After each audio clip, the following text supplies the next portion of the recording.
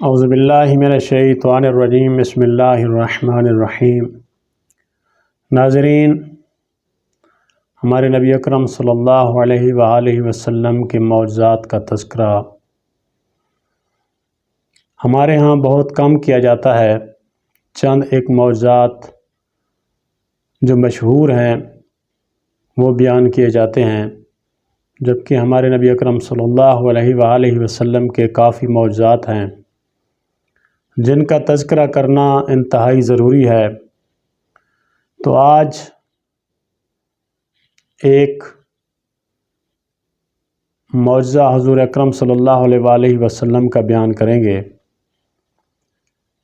کہ ایک نصرانی مسلمان ہو کر حضور اکرم صلی اللہ علیہ وآلہ وسلم کی بارگاہ میں حاضر ہوا اور رہنے لگا۔ وہ نصرانی انتہائی خوش خط تھا، تو حضور اکرم صلی اللہ علیہ وآلہ وسلم نے اس کو وحی لکھنے کی ذمہ داری سپرد کی۔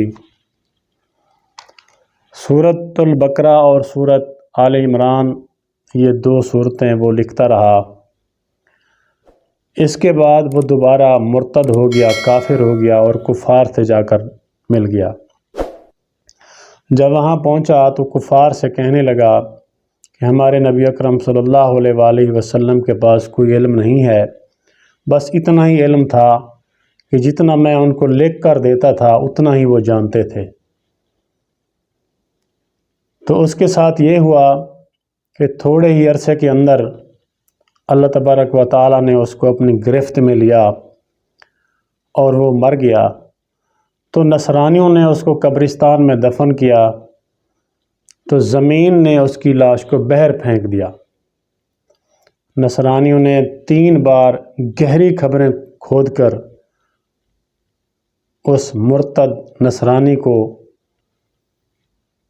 دفن کرنے کی کوشش کی، لیکن ہر بار زمین نے اس کی لاش کو باہر پھینک دیا۔ تو نصرانیوں نے سوچا کہ لاش کا بار بار زمین سے باہر پھینکنا اور واپس آ جانا یہ کسی انسان کا فعل نہیں ہے۔ تو نصرانیوں نے اس مرتد کو دفنانا ترک کر دیا اور زمین پر پھینک دیا، اور اس کی لاش کو جنگلی حیوانات کھا گئے۔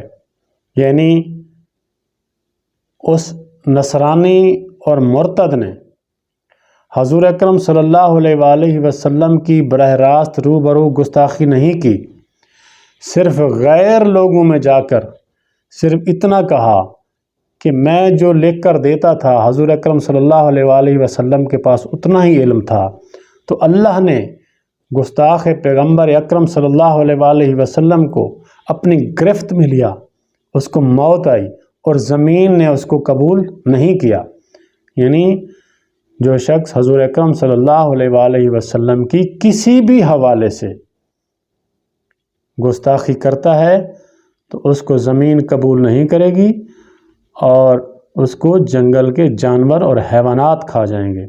دعا ہے کہ اللہ تبارک و تعالی ہمیں صحیح معنوں میں حضور اکرم صلی اللہ علیہ وآلہ وسلم کا عاشق بنائے اور ان سے کما حق کو محبت کرنے اور ان کی تعلیمات پر عمل کرنے کی توفیق عطا فرمائے۔